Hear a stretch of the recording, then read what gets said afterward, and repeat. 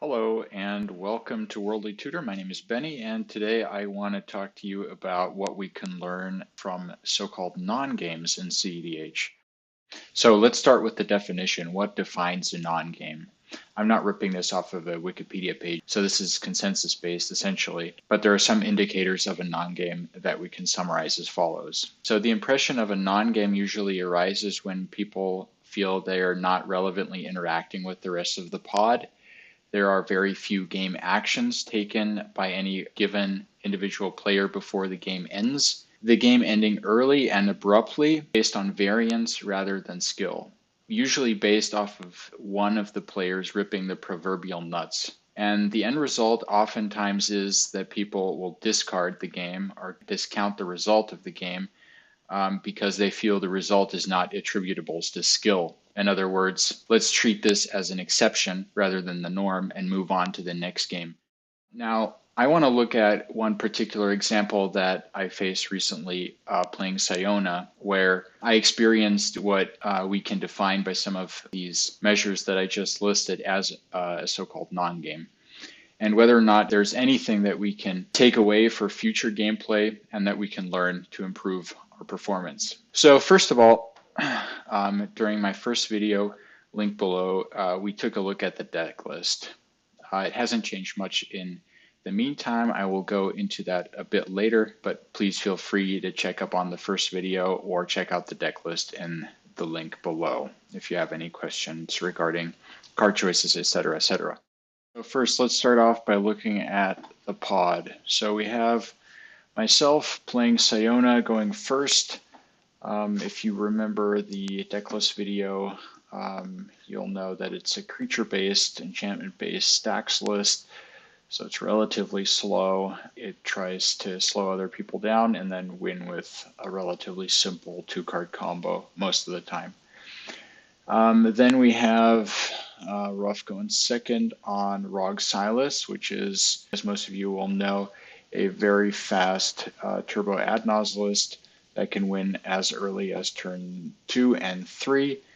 We should consider this in mulligans. Of course, it's possible that they just go off and win turn 1, but that's not really something that you should take into consideration too much, especially in mulligans. I can't really afford to mulligan down to stop like a turn 1 win most of the time. Then we have Robin playing Timna Crown, Blue Farm, some variant. We don't know exactly. Extremely high card quality. This can go fast, but this can also grind relatively well. This is a deck that we should definitely respect. One of the best lists that's out there at the moment. So we should expect this to win as early as turn 2, but more likely between turns 3 and 5. And then we have Kale on Kurark Sakashima, which is it's a buyback 0 deck, so it's 2-color mid-range with a combo coming out of the command zone. So they establish their engine, which is Kurark plus another card, a Sakashima-esque type spell, and then they go over the top with buyback 0, which takes a little bit to set up, but they get really dangerous by turns 3 through 5. At which point it's going to be really difficult to interact unless someone keeps removing their engine pieces. Okay, so what does that mean when we look at the overall composition?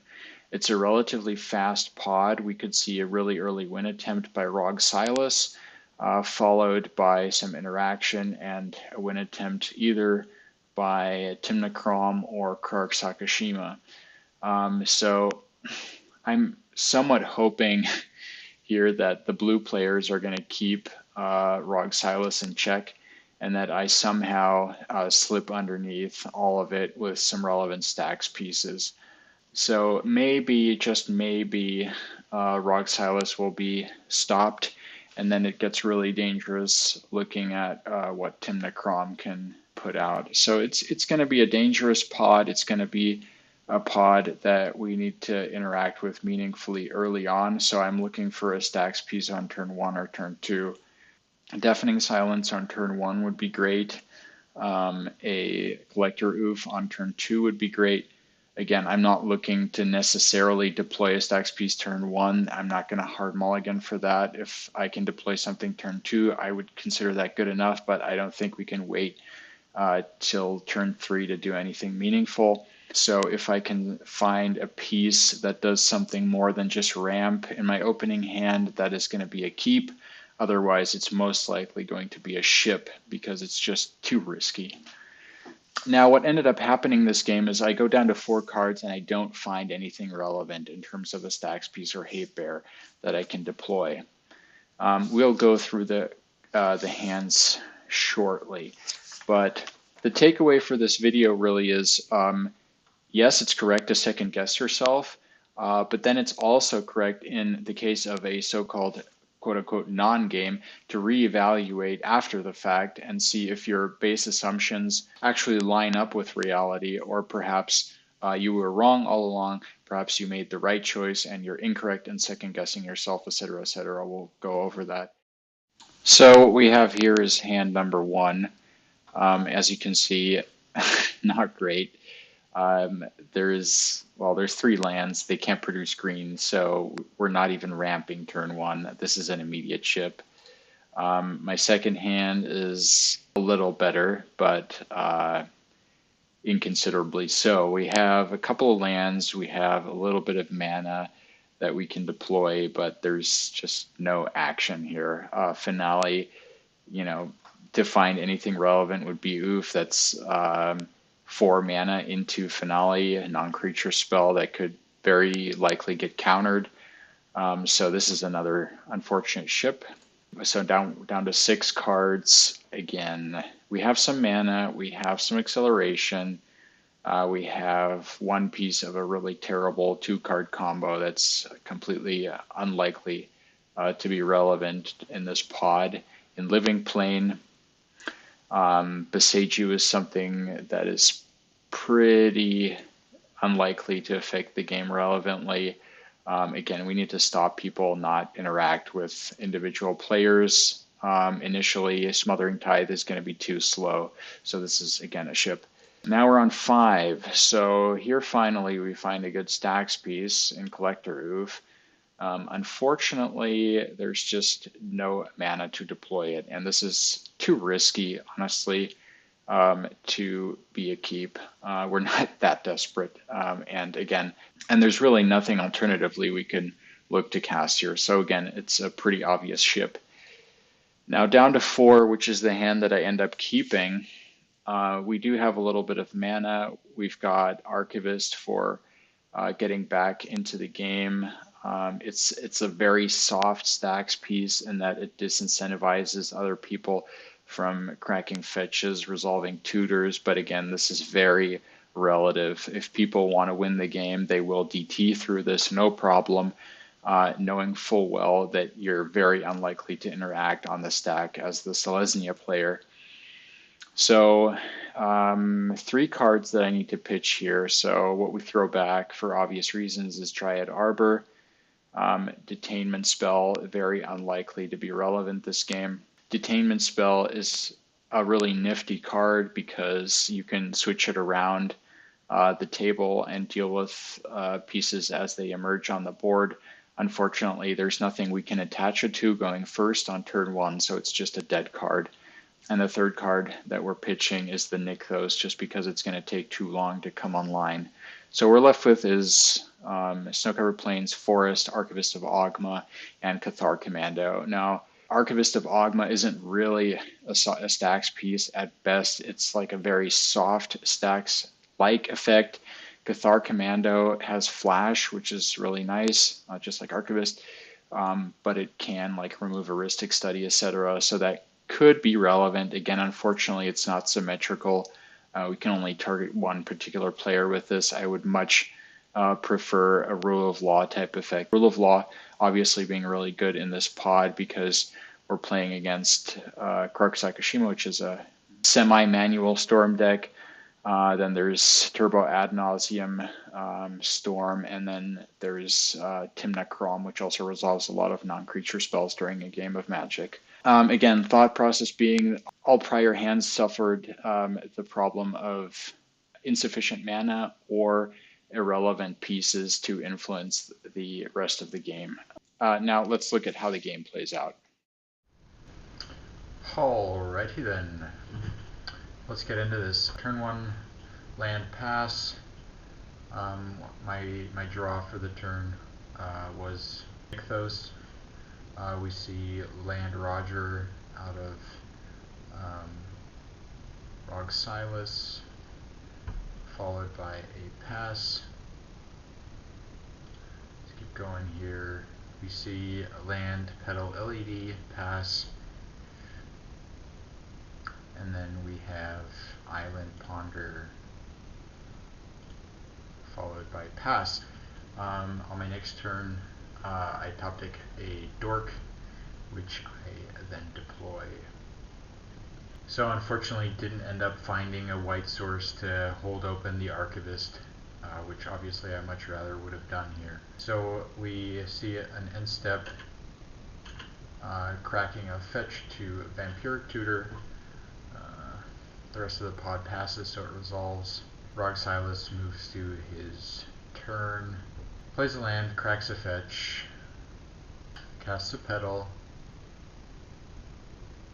casts a Thoracle, no reaction to cast, and then we see the inevitable.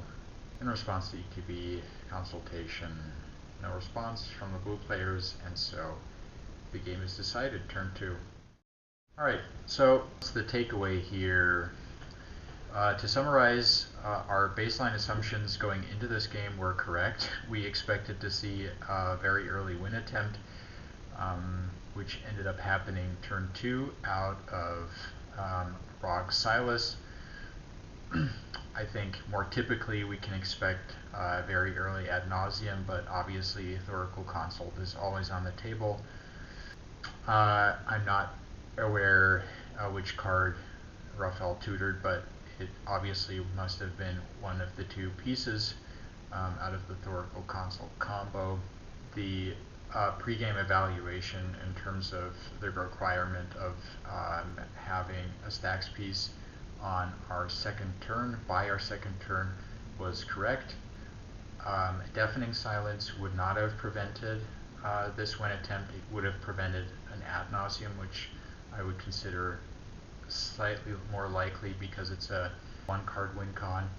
But Collector Oof would have stopped this because Petal would have been offline, and notably Collector Oof or Null Rod would have also been very helpful against Robin, would have likely been helpful against Kala, against Grog Sakashima, with the game moving into later turns. So doubting the fact that it was correct to go down to 4 cards in this instance would be false.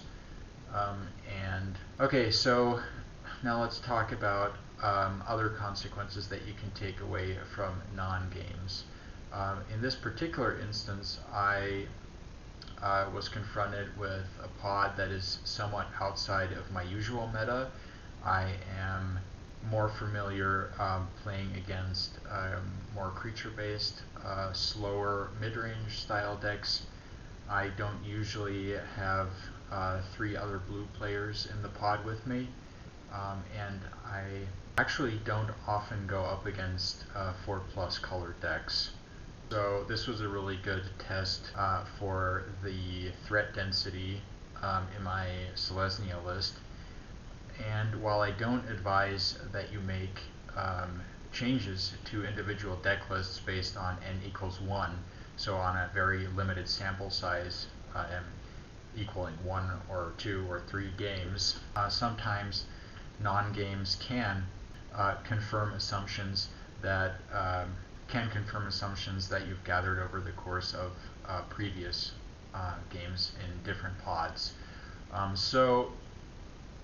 To get away from the abstract, in my particular deck, Sayona, I was running, I believe at 1.7 or 8 Aura or Enchantment Tutors to find Shielded by Faith, which is the 1 card win con with my commander.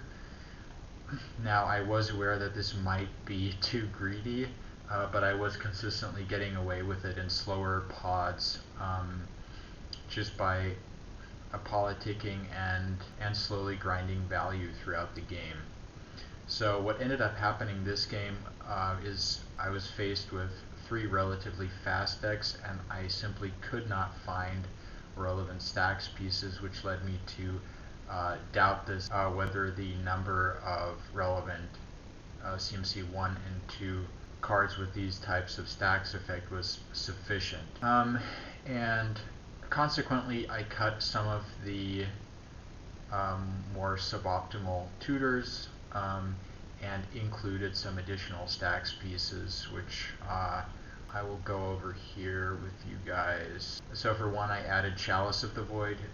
Chalice in 99% of cases will be X is 0. Notably, this is a very proactive piece that we're looking to deploy mostly on turn 1 to prevent explosive starts, as witnessed in this game. There were 3 CMC 0 artifacts which could have been prevented. Chalice would have also prevented the win in this case. Null Rod was a second piece that I included. Thorn of Amethyst was a piece that I had cut previously that is back in the list, which would have also prevented this win attempt. And the third and final stacks piece that I added after this game was Root Maze. Now notably, Root Maze is a really difficult stacks piece to run because it's symmetrical, more symmetrical than the other effects, obviously more symmetrical than Null Rod. We are not running any mana artifacts in this list, but also more symmetrical than Thalia type effects like Thorn of Amethyst, because we are running non-basic lands, and them coming into play tapped can sometimes be relevant. I will say that most of the lands that we end up fetching are plains, so we are less likely affected by this effect, and we do not run as many fetches as we could in these colors.